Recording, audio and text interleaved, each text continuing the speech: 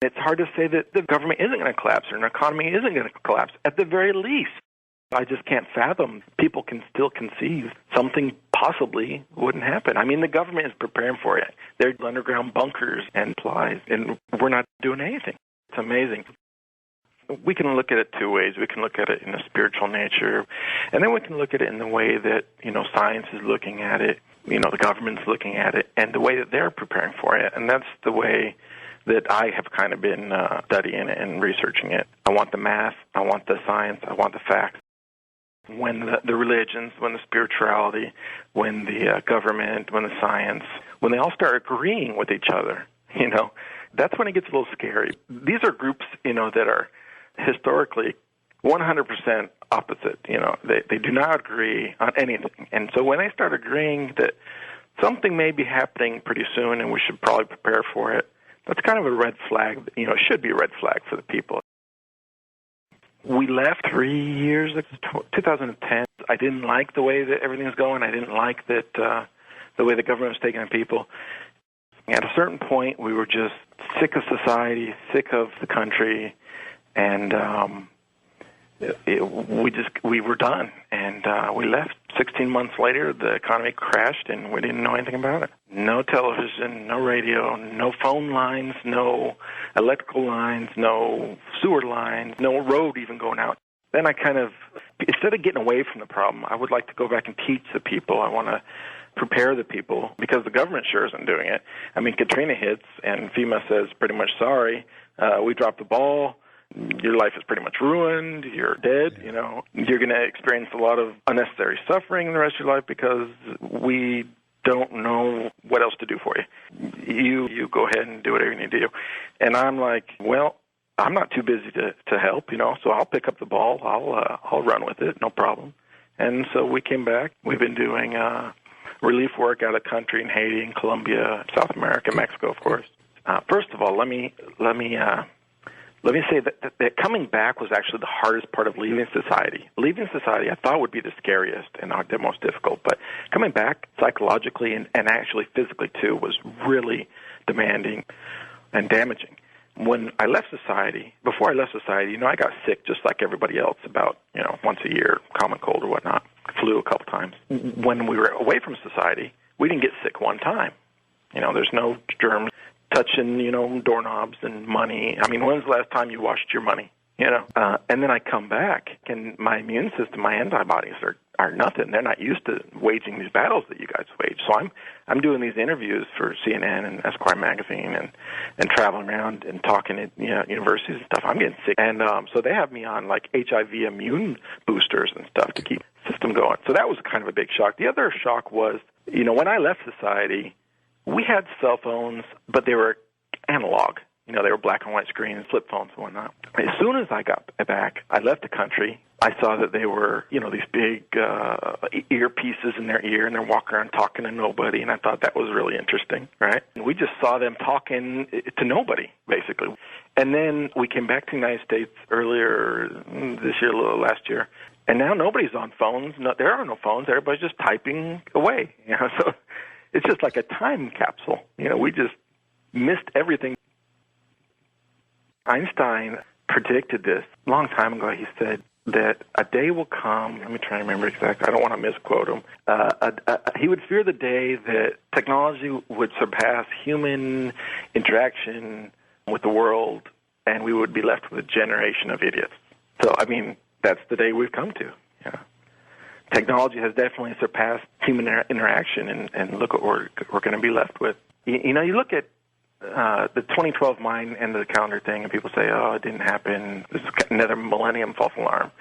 And then we look at all these current events that have happened since then. There's an incredible systematic events happening one after another in the very midnight, when it strikes midnight on January 2012, from billions of aquatic and aerial fish falling out of the sky, and over a dozen countries collapsing their government, committing economic collapse. And then you have these super, earthquakes and hurricanes, the different signs that apocalypse may happen. like at the stroke of midnight, we have 17 billion something aquatic animals, aerial animals that just fall from the sky, float up from the sea. We remember seeing this on the news and whatnot. Experts cite fireworks and extreme cold snaps. And I'm thinking, if humans are able to kill off other life forms on this planet by the billions, more animals than were killed in all nuclear bomb explosions throughout history combined, with fireworks. Wow, that's a pretty impressive fireworks show. As far as cold snap, when they taught us about this kind of stuff in school, with animals frozen still while eating grass in their mouth, they called this stuff Ice Age, the mammoths and whatnot. So that happens in January of 2012. March, 320 tornadoes touch down in a single day. It breaks all records throughout history. June, almost simultaneously, major volcanoes erupt on three opposite sides of the planet, literally surrounding the entire planet with ash fallout. July, India's grid collapses a second time in 2 days, leaving 8% of the world's population, 600 million people, without power. That's 12 times larger than the northeast United States blackout of 2003 that we had. 12 times larger than that. October, Hurricane Sandy hits the continental U.S. with a second 100-year storm in 10 years. So their math is a little wrong on the 100-year storms going on there. October, E. coli and radiation sickness breaks out in Europe, which we're seeing the Ebola and cholera. We're still having problems with the largest cholera outbreak ever in Haiti. We also had avian flu in Indonesia and Asia in October of 2012. I was actually in Colombia at the time, and they detained us for 48 hours for some unknown epidemic going on. January 2013, guess what happens at the stroke of midnight? Billions of aerial and aquatic life fall dead and float up from the seas. Fireworks and cold snaps again. Same thing, right? Let's skip ahead. April, terrorist attack again, this time during the Boston Marathon. Connecticut lawmakers passed firearm registration bill, turning hundreds of thousands of regular law-abiding American citizens who refused to register their firearms into felons overnight. That's a nice change of events there. April, California experiences the worst drought in 250 years. May, Edward Snowden document leaks showing that the CIA and NSA have spies on social network sites like Second Life and World of Warcraft. So now we're getting spied on. In July, Detroit files bankruptcy, making it the largest municipal to fire Chapter 9 in United States history. Let's skip to 2014 now. This is this year, beginning of this year. A frigid polar vortex, they're calling it, paralyzes 3/4 of our country. Drops 50 degrees temperatures in a matter of hours. It's amazing. Guess what happens? The aquatic and aerial animals die right out of the sky. I mean, this never happens, and it's happening it's incredible. February, Venezuela's president shuts down the internet. March, Madagascar's government is overthrown by its military. This month, an 8.2 magnitude earthquake hits Chile. A few days ago, over 1,000 armed federal agents are sent out to Las Vegas to collect on an unpaid cattle grazing land tax. That's an interesting situation there. When you add all this up, I mean, one by one, you're like, and that's how we see it on the news, is one by one.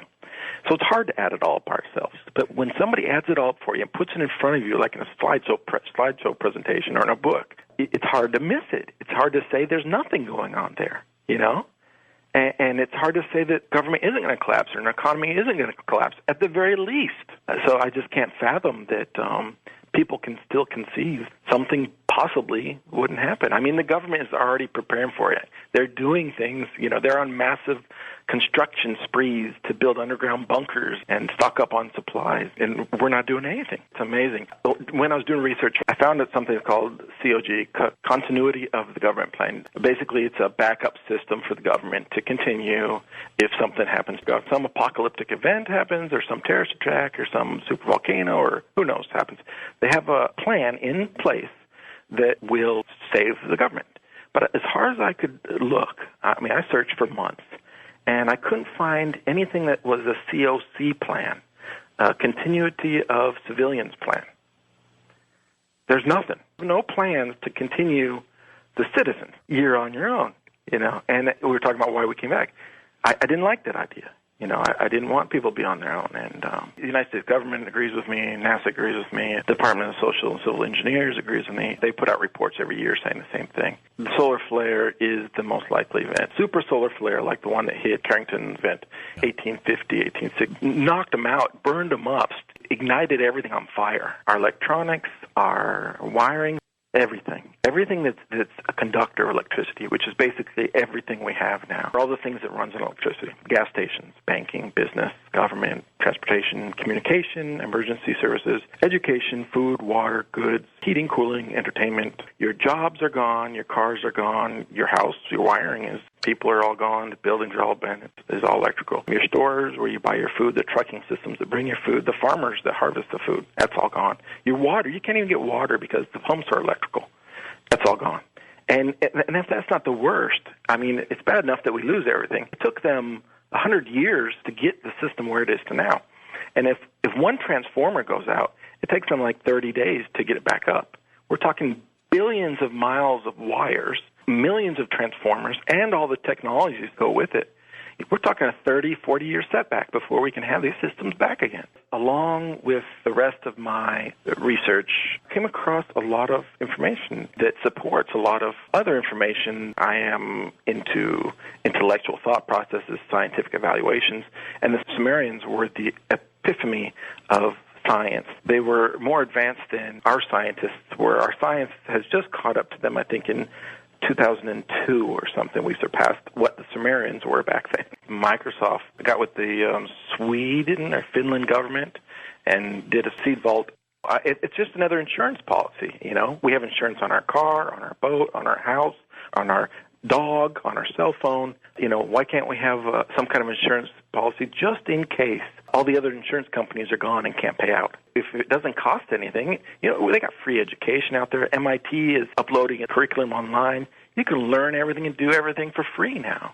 When we mix certain viruses like rabies and actually Ebola, which is going on right now, and maybe a common flu, which turns it into an airborne vapor transferring device, we can get some aggressive, mind-numbing, you know, zombie-like creatures.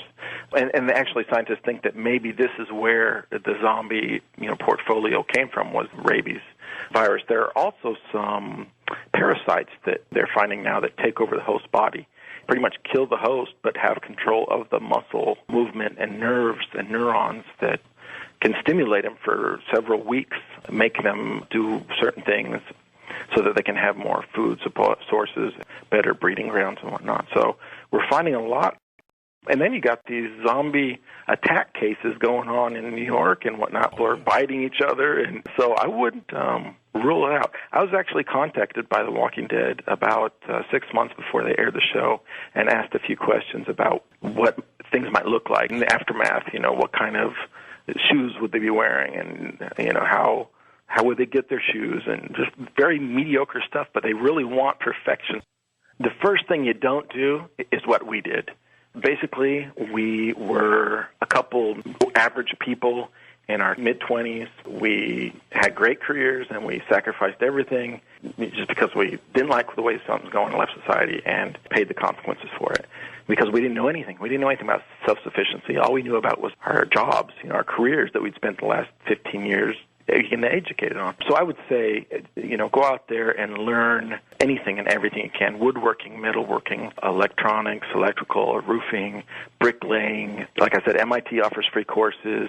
Even just like walk around without shoes, you know, in the woods. Sleep out of your bed with dry. That's what you want. You want slivers, you want rough feet, because this is what's going to happen in the aftermath.